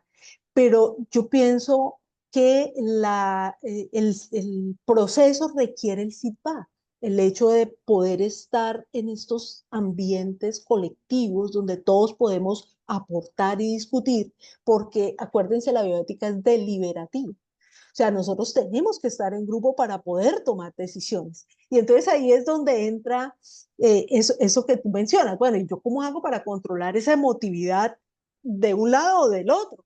Pues precisamente se hace en ese ejercicio deliberativo. Porque puede ser que yo me vaya con el solo hecho de abrazar el árbol. Claro, no, yo amo este arbolito, lo cuido, ta, ta, ta. Pero si lo pongo en un ambiente deliberativo, seguramente tú me dirás, ven, eso no es suficiente. ¿Qué tal si dejas de consumir, de dejar la llave abierta? Pues no botes el agua. ¿Ves?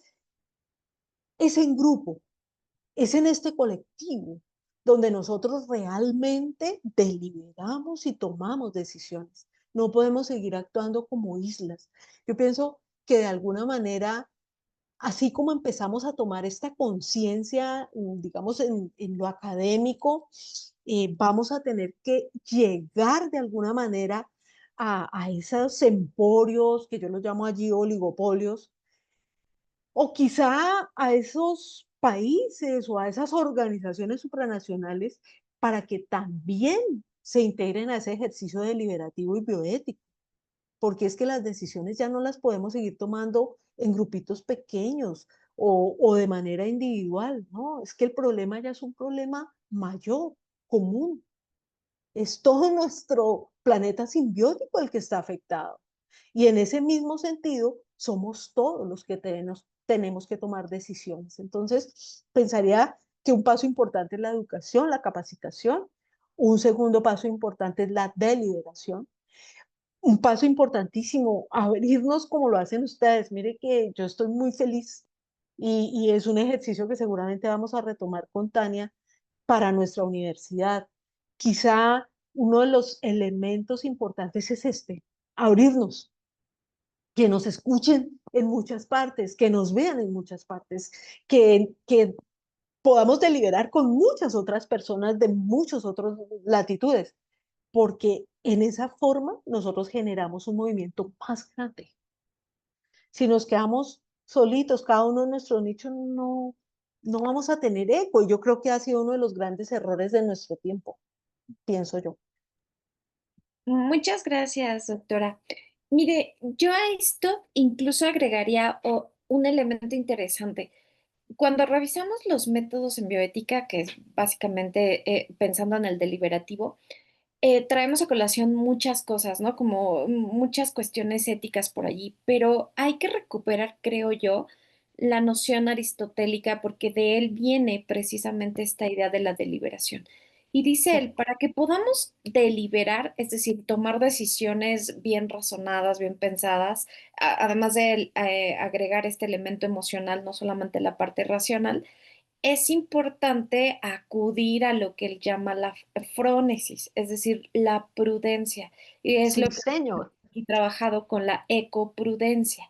para que yo pueda tomar ese tipo de decisiones y controlar mis emociones, incluso hasta controlar nuestra racionalidad, porque incluso la racionalidad desbordada nos lleva a un tipo de arrogancia intelectual, que creo que Correcto. todos los que estamos aquí hemos vivido, ¿no? Desde la academia, desde que todos acá en nuestro nicho, en nuestra torre, proponiendo y diciendo esto, y también el exceso de arrogancia nos ha llevado también a todas estas problemáticas. Ahora pensamos que a través también de nuestra razón, nuestro intelecto, nuestro conocimiento científico, vamos a poder reparar los daños, ¿no? Y generar tecnologías, para reparar el daño cuando sabemos que, como mencionó durante su exposición, pues esta tecnología también viene de la naturaleza. Ahora, pensando en la prudencia o en la ecoprudencia, esto nos llevaría al justo medio. Es decir, sí sentir, ¿no? Dice Aristóteles, no se trata de no sentir. Si te vas a enojar, enójate, sí, pero enójate cabalmente, o sea, con justa razón, desde esta moderación. Que claro, esto es un ejercicio otra vez que nos lleva a cuestiones personales. Yo creo también, pensando todos en estas temáticas, que es importante también trabajar nuestro desarrollo personal a nivel individual, pero también colectivo, porque la fractura que tenemos con el ambiente no solo son estas ideas de que separamos el hombre por acá o el ser Mm. humano por acá y la naturaleza por acá, sino estamos hablando de una ruptura también emocional, en tanto que nosotros estamos todos fracturados. Todas esas emociones de violencia, daño, también lo llevamos hacia la naturaleza, hacia el medio ambiente. Entonces, me parece que allí entra muy bien la moderación, la prudencia, la ecoprudencia, Ujú. para moderar pues todas las emociones y también nuestra racionalidad y poder ir ahí como avanzando y quizá dar pasitos. Tienes toda la razón. Yo también soy fan de Aristóteles. Me encanta.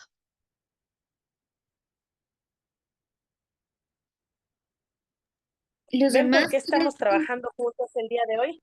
Déjenme decirles que qué bueno que estamos juntos en esta idea compartida. Esperamos que quienes nos están escuchando hoy en la transmisión, pero en este proceso de estas 12 semanas, se sumen a estas visiones colaborativas, y yo celebro que podamos estar en esta visión porque ahorita que coinciden tanto la doctora Jackie como la doctora Edna en la importancia de la visión aristotélica, bueno, voy a aprovechar para anunciar que nuestra intención con esta capacitación es justo cerrar con la ecofrónesis para que entonces podamos hablar de que esto tiene una responsabilidad en lo que comunicamos. Por eso vamos a hablar de comunicación social. Entonces creo que el mismo ejercicio que estamos haciendo el día de hoy para reunirnos en torno a las acciones por el ambiente es este pensamiento que dice la doctora Edna, hagámoslo de manera compartida, ¿no?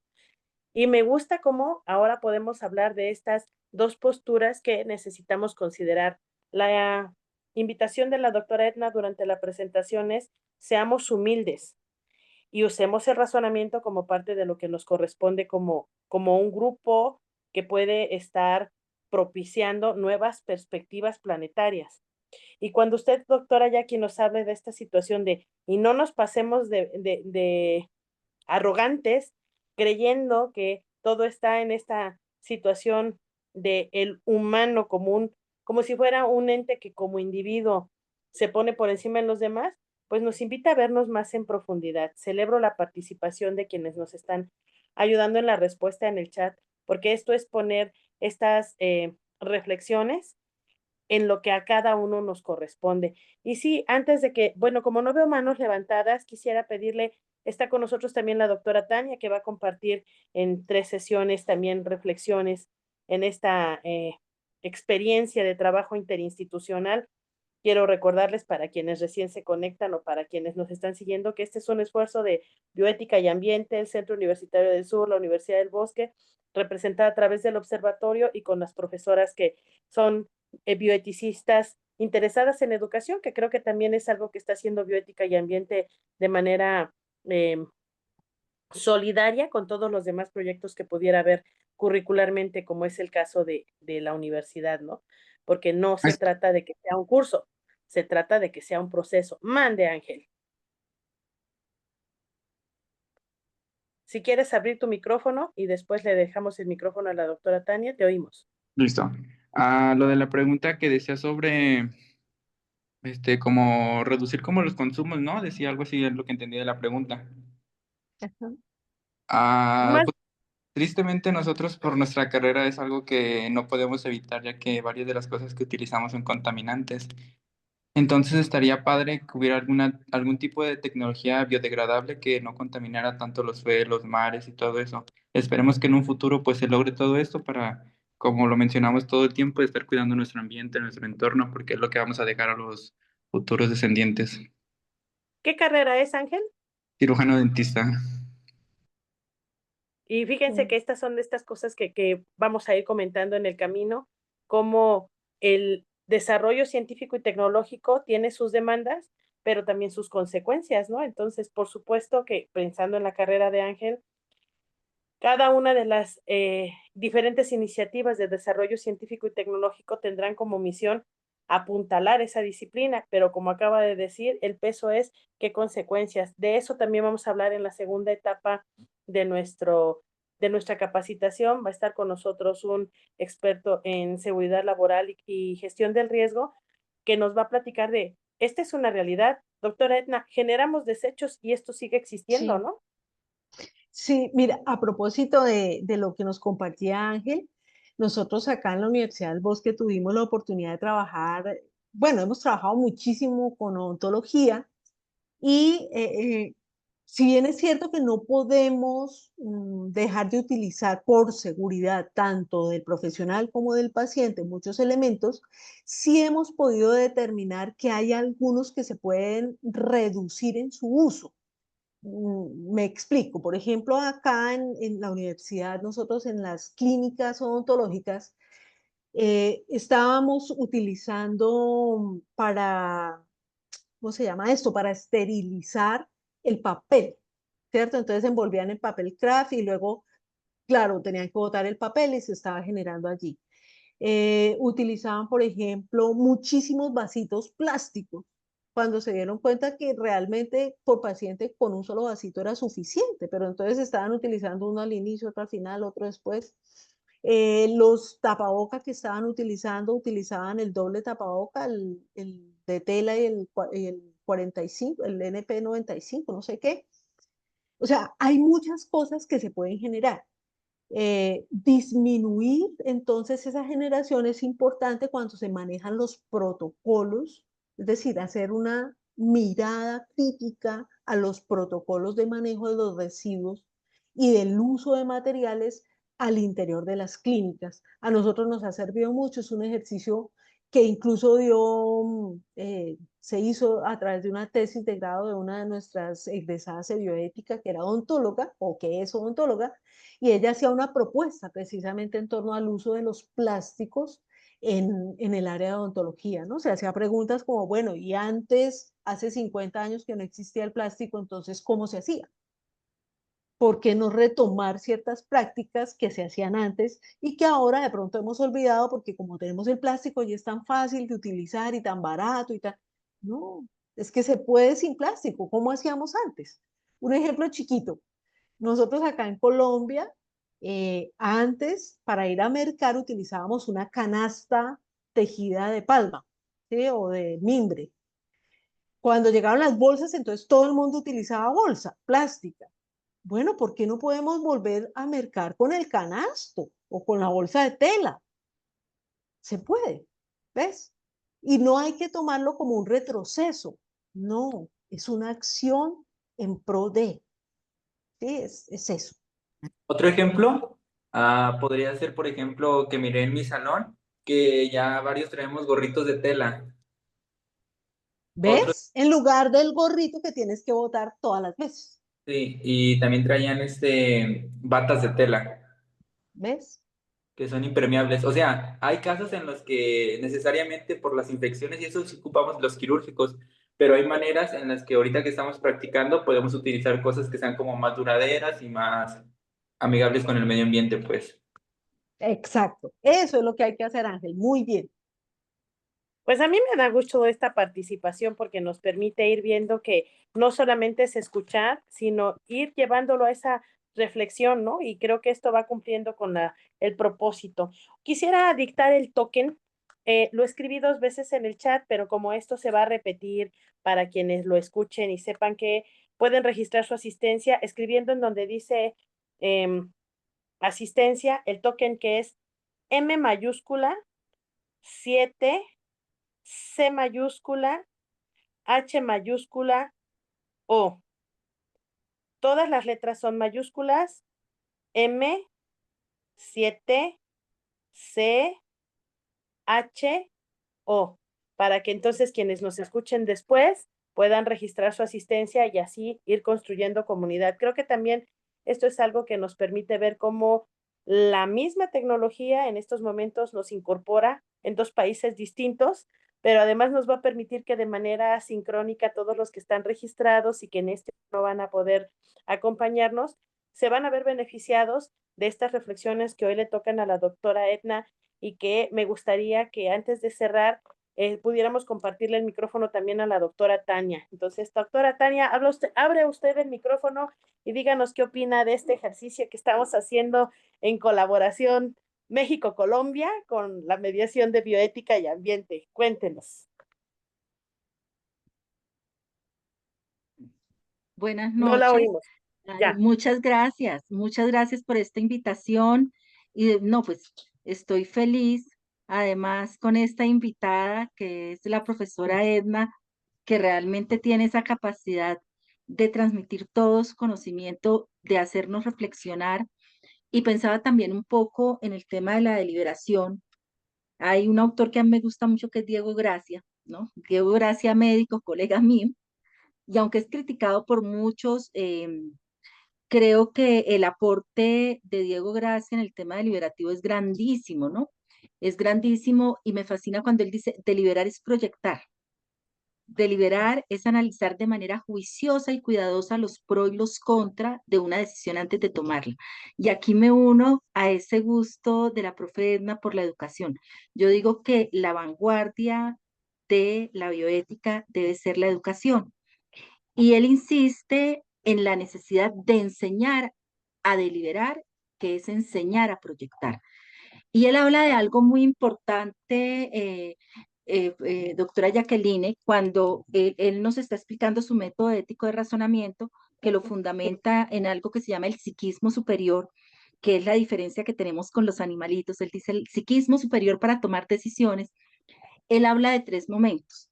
Él habla de un primer momento con el que analizamos los hechos, que es con la inteligencia, y dice, tan pronto estamos analizando los hechos y nos damos cuenta qué pasa, si es bueno o malo, viene algo que es indiscutible y que es parte de nosotros como humanos, que son las emociones. Y entonces él dice, acá nos diferenciamos en los animalitos porque los animalitos tienen emociones, pero no tienen emociones morales ni emociones estéticas. Ya me parece que enseñar la pedagogía deliberativa nos ayuda también a enseñar algo muy importante que es la gestión de las emociones. Él habla que en ese momento tenemos la inteligencia sintiente, dice él, otros dicen sintente. La inteligencia sintiente, que es cuando utilizamos esas emociones, pero las gestionamos, pero además inmediatamente vienen los valores morales. Él dice, sin valoración no podemos llegar al tercer nivel, que sería el mundo de los deberes, y que él dice es el momento operativo. La bioética nos invita a evitar los cursos extremos de acción. Él dice, visibilicemos los cursos extremos de acción, pero es para saber qué no vamos a hacer. Entonces, siempre vamos a optar por cursos intermedios que son los prudentes y responsables. Eso sería lo que quería decir. Muchas gracias, profesora Edna, y muchas gracias, doctora Jacqueline, doctora Nélida, por esta invitación maravillosa. Pues yo espero que todos los que están presentes el día de hoy queden convidados a volver la próxima semana. La próxima semana vamos a tener la presencia de una entusiasta médico de Hermosillo, Sonora, que nos va a hablar del decálogo de salud, pero que nos corresponde a todos, no solamente a las personas que están en ciencias de la salud. Me encantaría poder seguir platicando, pero vamos a tener que cerrar la sesión el día de hoy, primero por respeto al tiempo de nuestras invitadas de Colombia y también porque cerrando esta sesión nos toca el seminario mensual de bioética y biocultura. Entonces ya es momento de ir a la siguiente parte. Hoy a la doctora Jacqueline le toca tarde de bioética y ambiente con estas propuestas y esperamos que nos sigan acompañando, que quienes nos siguen a través de las redes sociales participen de bioética y ambiente y de estas iniciativas interinstitucionales y latinoamericanas, porque es el proceso en el que vamos a ir en esta capacitación, para poder sumarnos y que entonces aprendamos primero a dialogar y después a deliberar para poder hacer consenso. Que esta reflexión del día de hoy nos haga conscientes de mi diagnóstico, tu diagnóstico, nuestro diagnóstico ante la ecoansiedad y la solastalgia, pero también con las posibilidades de cambio, ¿no? Que nos permitan hacer una acción consciente al día con respeto por nosotros y por el medio ambiente. Que tengan excelente tarde, excelente noche en Colombia. Gracias por su asistencia y nos vemos la próxima semana en punto de las 4 de la tarde. Muchas gracias. Hora Feliz México. noche. Muchas gracias. Muchas gracias. Hasta luego. Gracias, Gracias. doctora Edna. Gracias.